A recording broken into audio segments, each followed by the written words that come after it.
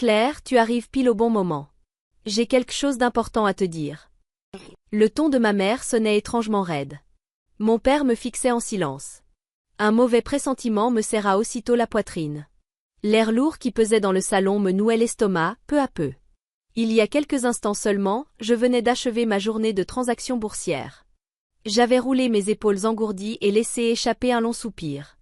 La lutte contre ces interminables colonnes de chiffres sur mon écran était une bataille sans répit où je ne pouvais baisser la garde, pas même une seconde. On croit que la vie d'un investisseur en bourse a quelque chose de prestigieux, mais en réalité, c'est un univers solitaire, exigeant, usant. Et pourtant, quand mes analyses et mes choix se concrétisent en gains, la fierté ressentie est incomparable. Heureusement, aujourd'hui c'était terminé sur un solde positif. Comme petite récompense, j'avais pensé me préparer un café avec de meilleurs grains.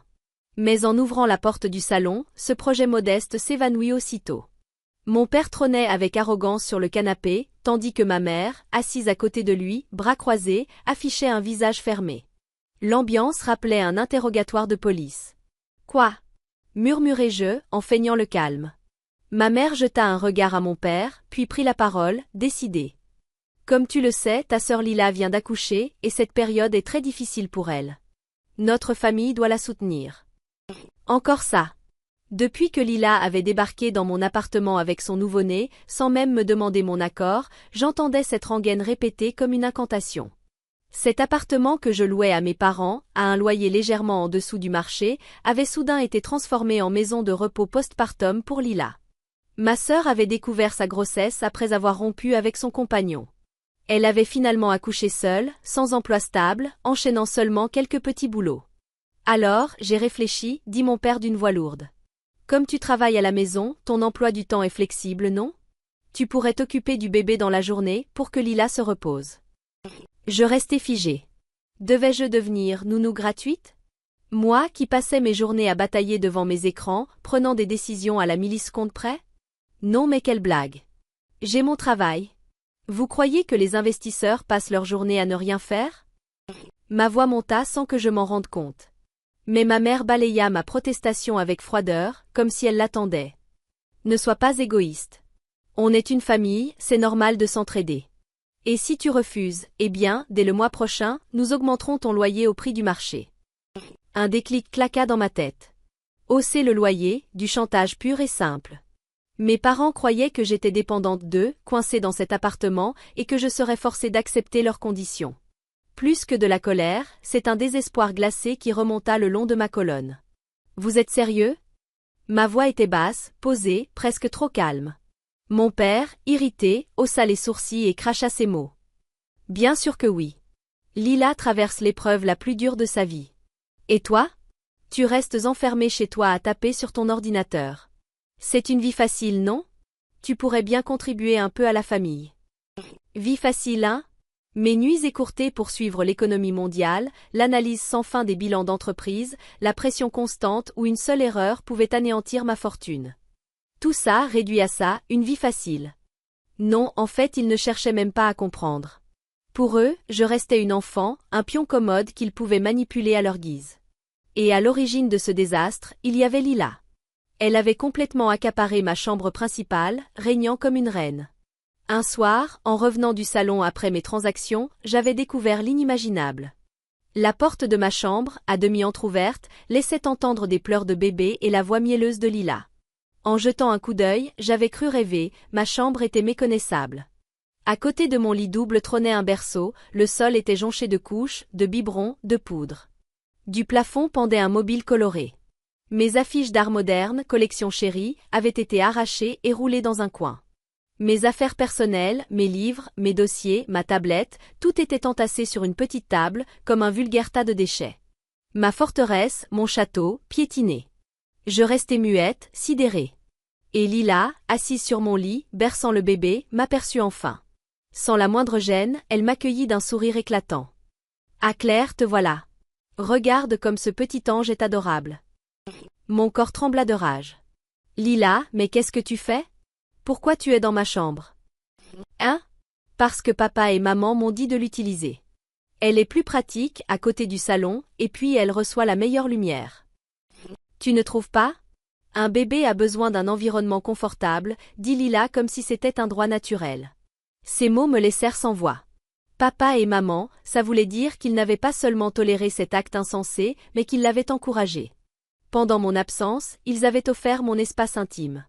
Le soir même, quand je protestais, mes parents me regardèrent comme s'ils ne comprenaient pas ma colère. Lila a un bébé, c'est dur pour elle. Bien sûr qu'elle doit avoir la meilleure chambre. Toi, tu peux déplacer tes affaires, ce n'est pas la fin du monde, dit ma mère. Mon père, lui, ne répétait qu'une chose, la famille aide la famille. Mes objections frappaient un mur de coton.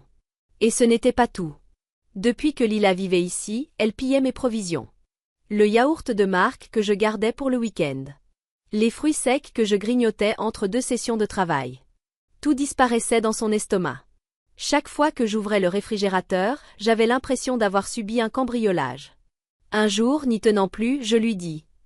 Lila, tu pourrais éviter de manger mes affaires sans demander? Elle plissa les yeux, sincèrement agacée. Calme-toi, Claire. Ce n'est que de la nourriture. On est une famille, arrête d'être mesquine. Et puis, j'allaite, j'ai besoin de nutriments. À côté d'elle, mes parents hochèrent la tête. Elle a raison. Sois généreuse, tu es l'aînée. Dans cette maison, chaque abus se justifiait par la formule magique, parce qu'on est une famille. Je revins au salon avec un document en main. Mes parents, assis comme des juges, semblaient convaincus que j'allais céder.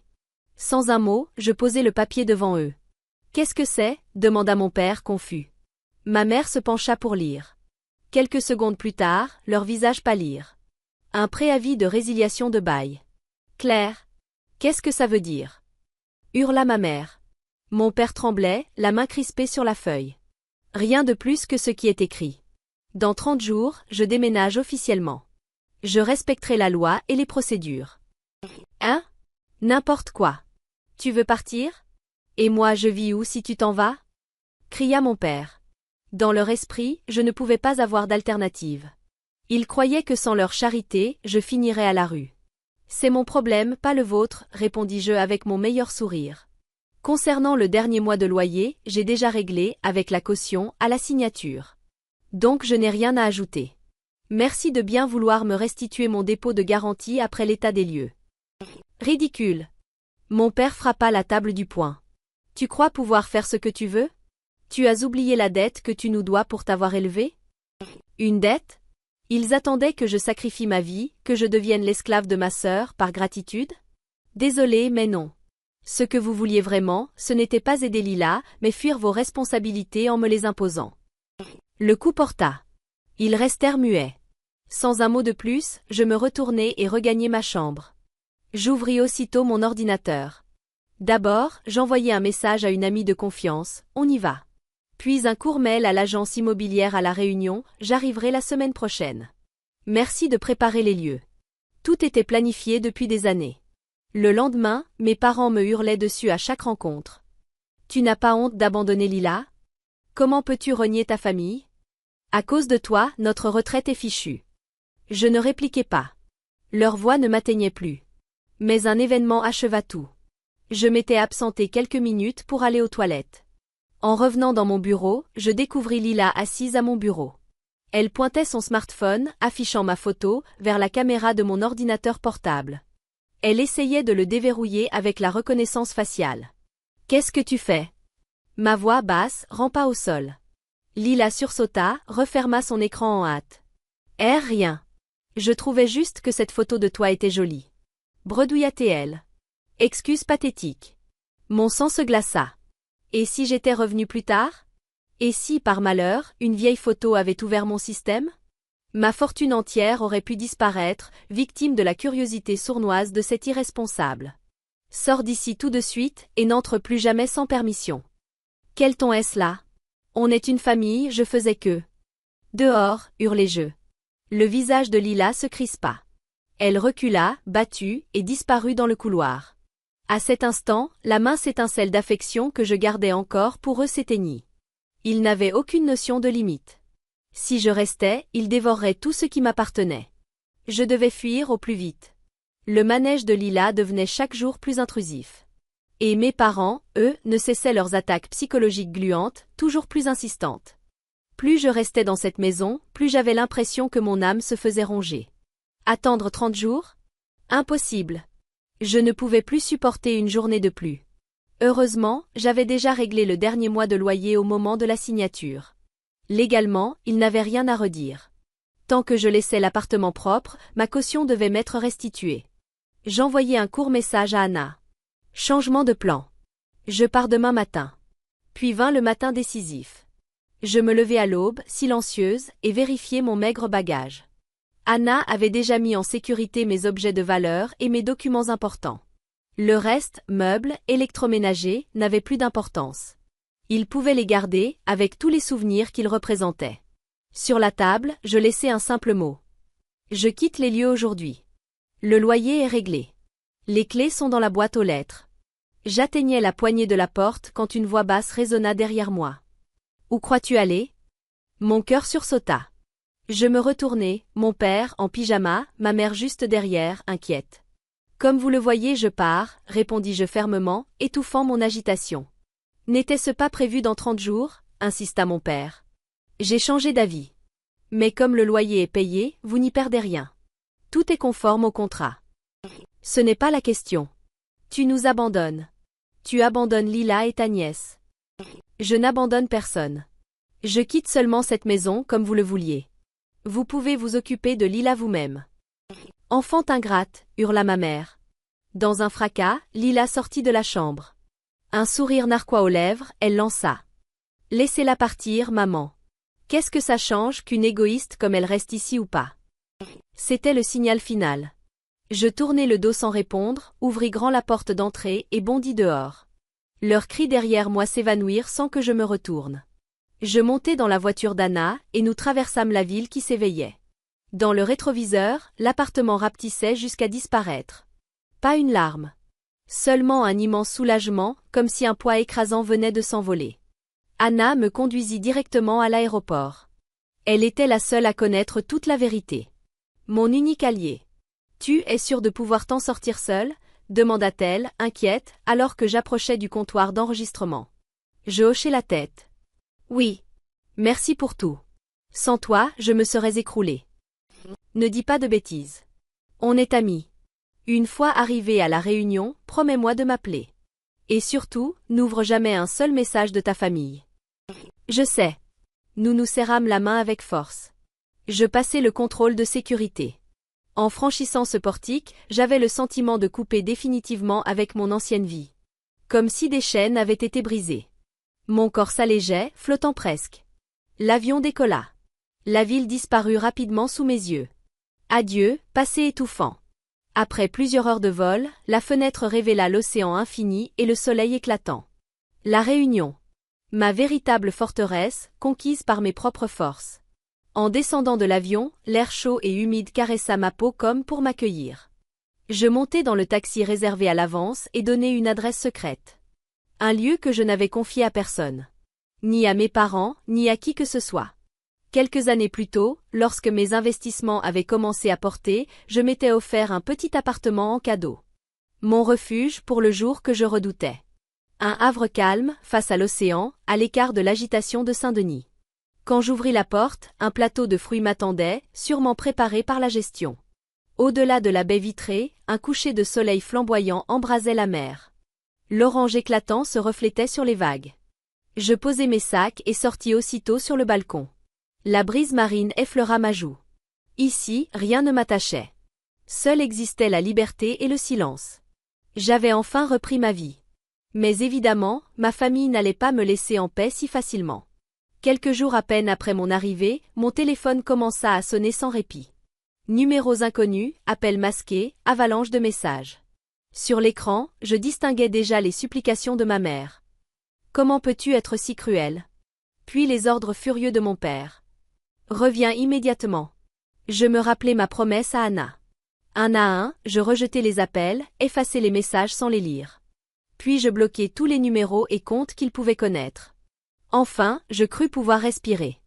Mais une autre attaque arriva. Cette fois par la famille élargie. Un message de ma tante Nathalie apparut. Claire, j'ai appris que tu t'es disputée avec tes parents et que tu as quitté la maison. Lila vient d'accoucher, c'est une période si difficile. Comment peux-tu faire ça? Tu es de la famille, va t'excuser tout de suite. Apparemment, ma mère avait appelé chaque parent, leur racontant que j'étais une diablesse sans cœur, abandonnant sa sœur et ses parents âgés. Comme pour parfaire leur mise en scène, le message était accompagné d'une photo, le visage de ma mère gonflé par les larmes, et Lila à ses côtés, épuisée. Le théâtre parfait de l'héroïne tragique. D'abord, j'ai songé à ignorer. Mais face au flot de reproches envoyés par mes proches, j'ai décidé de riposter. Si je me contentais de les bloquer dans leur esprit, la version inventée par ma mère deviendrait vérité. Intolérable. Je créai donc une discussion de groupe, ajoutant tous les parents qui m'avaient contacté, y compris ma tante Nathalie. J'y écrivis toute l'histoire sans émotion, juste les faits, que mes parents m'avaient menacé d'une hausse de loyer si je refusais d'être nourrice gratuite, que Lila utilisait mes affaires sans permission et empiétait sur mon travail, que l'appartement que je finançais seul était traité comme s'il leur appartenait. Puis je donnai la preuve irréfutable, les images de la petite caméra que j'avais installée à l'entrée de mon bureau, montrant Lila essayant de déverrouiller mon ordinateur avec ma photo. On y voyait clairement son visage furieux, ma voix la confrontant, et son excuse maladroite. Dès que je postais la vidéo, le flot de notifications s'interrompit net. Comme si le temps s'était figé. Le premier à réagir fut mon cousin Théo. J'y crois pas. Lila faisait ça? Claire, ça a dû être horrible pour toi. Le silence se brisa. L'ambiance bascula. Nathalie, c'est quoi cette histoire? Ce n'est pas ce qu'on nous avait dit. On ne nous avait pas affirmé que Claire était seule responsable.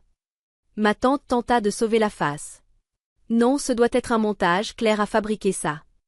Mais personne ne l'a cru. Beaucoup de mes proches, lassés depuis des années par les caprices de Lila, commencèrent à me soutenir. Si ce que Claire dit est vrai, elle avait parfaitement raison de partir. Moi, je trouve même incroyable qu'elle ait tenu aussi longtemps. Ses parents ont beaucoup trop gâté Lila. En un instant, la discussion se transforma en tribunal dirigé contre ma mère et Nathalie. Je n'ajoutais rien. J'observais seulement. Finalement, ma mère et Nathalie, incapables d'encaisser, quittèrent le groupe. Restèrent alors des messages d'excuses et d'encouragement. Pardon de t'avoir jugé sans savoir. J'espère que tu trouveras le bonheur là-bas. Je répondis poliment à chacun, ajoutant une consigne claire. Merci de ne jamais transmettre mes coordonnées ou mon adresse à mes parents. Ainsi se termina le deuxième round, cette fois avec ma victoire totale. Je posai mon téléphone et sortis sur le balcon. Devant moi, la mer calme et splendide de la Réunion, identique à quelques jours plus tôt. Mon monde ne serait plus jamais troublé. Les mois passèrent. Ma vie sur l'île était exactement comme je l'avais rêvé. Chaque matin, je me réveillais au son des vagues, m'étirais dans l'air frais, prenais un petit déjeuner tranquille, puis je me consacrais à mes investissements. L'après-midi, je marchais sur la plage ou retrouvais des amis locaux. Le soir, je savourais mes instants face au coucher du soleil. Plus besoin de ménager l'humeur de qui que ce soit. Plus besoin de faire quoi que ce soit pour les autres. Je pouvais employer mon temps seulement pour moi. Cette indépendance économique et spirituelle était ce que j'avais toujours désiré. Plus aucun contact direct avec cette famille toxique. Même mes proches semblaient respecter mon souhait. Un jour, je reçus un message de Théo, qui me donnait parfois des nouvelles. « Comment vas-tu? J'ai quelque chose à te dire. » Puis venait le récit de leur enfer. Depuis mon départ, les finances de mes parents s'étaient effondrées. La perte du loyer que je leur versais avait frappé de plein fouet leur quotidien. Ton loyer couvrait une grande partie de leurs dépenses. Ils avaient basé leur confort dessus. Maintenant, ils sont dans de gros ennuis. Je soupirai. Ils n'avaient que ce qu'ils méritaient. C'était la facture de la vie confortable qu'ils avaient menée sur mon dos. Et à propos de Lila, ajouta Théo. Comme tu t'en doutes, elle a tout laissé à tes parents. Le bébé pleure toutes les nuits et il se relaie, mais ils sont épuisés, physiquement et mentalement. La maison résonne de cris. Sans que je le demande, il précisa. Lila ne cherche même pas de travail. Elle dit qu'elle est trop stressée par le bébé et passe ses journées sur son téléphone ou à bavarder avec ses copines. L'autre jour, ma mère est allée voir, le bébé hurlait, Lila l'ignorait. C'est ta grand-mère qui a dû lui donner le biberon. Elle était scandalisée. Tout se déroulait exactement comme je l'avais prédit. Quelques semaines passèrent encore. Puis, un jour, une lettre arriva. En voyant le nom de l'expéditeur, je fronçai les sourcils. Elle venait de mon père. Soit l'un de mes proches avait divulgué l'adresse de ma boîte postale, soit ils avaient engagé un détective privé. De toute façon, ce ne pouvait pas être une bonne nouvelle. J'ouvris l'enveloppe avec précaution, à l'aide d'un cutter. À l'intérieur, une simple feuille de papier à lettres et une facture. Sur le papier, d'une écriture tremblante, mon père avait écrit. À Claire. Depuis ton départ, notre vie s'est effondrée. Lila est au bord de la dépression postpartum. Le bébé pleure jour et nuit, et ta mère et moi sommes à bout, physiquement comme mentalement. Tout cela est de ta faute pour avoir abandonné ta famille. Et dire que tu avais une maison à La Réunion, chose que nous ignorions. Puisque tu as de l'argent, tu devrais aider les tiens. À tout le moins, paie la somme indiquée sur la facture jointe. C'est une part des frais de garde que tu aurais dû assumer. Je restai muette de stupeur. En regardant la facture, je découvris une liste absurde, frais de nourrice 3 mois, indemnisation pour préjudice moral, soins postpartum pour Lila. Et en bas, le total, 5 000 €. Avant que la colère ne monte, ce fut le rire qui jaillit. Il ne changerait donc jamais. Égocentriques jusqu'à la moelle, maîtres dans l'art de rejeter leurs responsabilités. Ils croyaient pouvoir encore me soutirer la moindre goutte, sous prétexte que je vivais soi-disant dans un paradis tropical. Mais une fois de plus, ils s'étaient trompés d'adversaire. Je contactai aussitôt mon avocat et lui envoyai le courrier et la facture scannée. Quelques heures plus tard, sa réponse arriva. Ceci n'a strictement aucune valeur légale. C'est du harcèlement malveillant. Je vais préparer une injonction formelle d'éloignement et une lettre officielle de non-contact que j'enverrai par recommandé. À partir de maintenant, toute tentative de leur part de te joindre pourra entraîner une action immédiate en justice. J'acceptai sans hésiter. Bien sûr, j'en réglai tous les frais. Si quelques milliers d'euros pouvaient suffire à briser définitivement ce lien pourri, c'était une aubaine. À présent, cette enveloppe officielle portant le nom de l'avocat devait être entre les mains de mes parents. Rien que d'imaginer leur visage en la lisant me comblait de satisfaction. C'était le véritable coup final. L'avertissement légal fut leur dernier jugement. Depuis, toute trace d'eux s'est éteinte de mon monde. Plus de contacts directs, plus de rumeurs rapportées par les proches, rien. Devant le mur infranchissable de la loi, ils avaient enfin compris que je n'étais plus quelqu'un qu'ils pouvaient contrôler. Je sortis sur le balcon et pris une profonde inspiration. Le parfum sucré des fleurs de La Réunion emplissait ma poitrine. Le soleil se couchait dans l'océan, colorant le ciel et la mer d'un dégradé flamboyant. C'était ce paysage que j'avais gagné par ma propre force. Mon sanctuaire, où plus personne ne pouvait m'atteindre. Si à l'époque ils m'avaient respecté. Si simplement, ils avaient demandé les choses raisonnablement. Non. Inutile d'y songer. Ce sont eux qui avaient détruit toute possibilité. À vous qui lisez cette histoire, je voudrais dire une dernière chose. Si vous souffrez parce que vous êtes prisonnier des attentes ou des exigences de quelqu'un, même s'il s'agit de votre famille, n'oubliez jamais ceci. Protéger vos limites n'est jamais de l'égoïsme. Le droit de vous chérir et de vivre votre propre vie appartient à chacun.